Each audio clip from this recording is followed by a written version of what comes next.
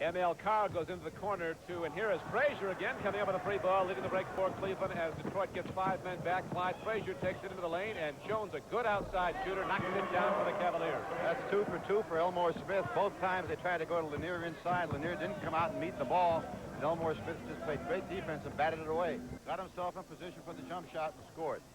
So John Shoemate now has 6 points. It is a 12-10 game. Cleveland's lead is cut to 2. Clyde Frazier gets it out to Walker. Cleveland moving the basketball on the perimeter nicely, and Chones, probably the best shooting 6'11" around, and he's knocked down now. 2 field goals from the outside. The Cavs again go to an 11-point lead.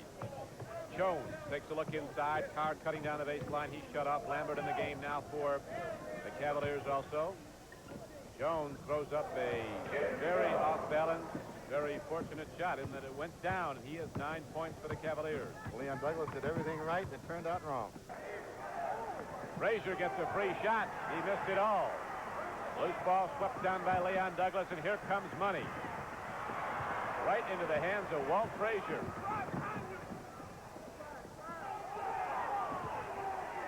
Chones fades away and gets it over Douglas. Jim Chones at 6'11" with a guard-type shot. 11 points for Chones, and a 2-point advantage for the Cavaliers.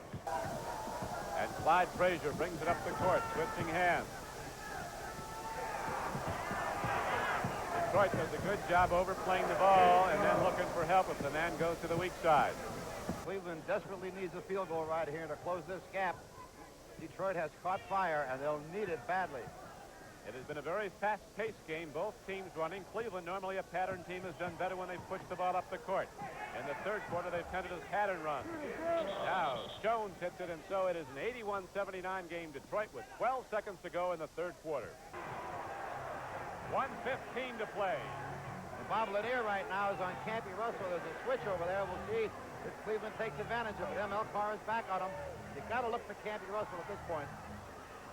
Chones is free, and Chones knocks it down. And now, as the Pistons bring it up the court with the game tied at 1:06, the game clock winds down under a minute. 35 for Lanier, a 2-point lead for Detroit. A 5-minute overtime period.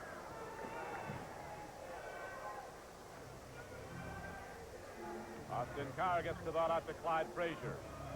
Out to Jim Chones, who's knocked it in from 20 feet away. We're locked up at 1:08. Interesting switch on defense here, Don. Chones now is playing Lanier. Elmore Smith is off of him. The obvious strategy of Bill Fitch is to double team him with Chones and with Smith.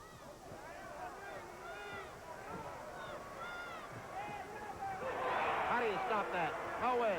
Look at him get back on defense. Here comes Chones to the basket.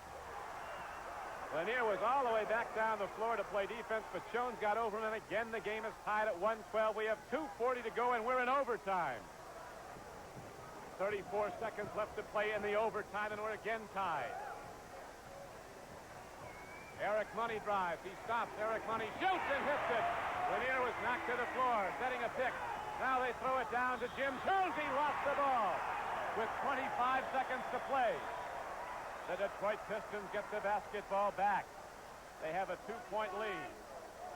But Cleveland still has a shot. Detroit will have to get a shot off within 24 seconds. There's 25 on the clock.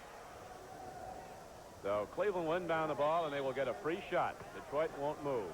Austin Carr gets that free shot. The game is over, and the Detroit Pistons, trailing early in the game by as many as 13, rally back to win their 4th straight game.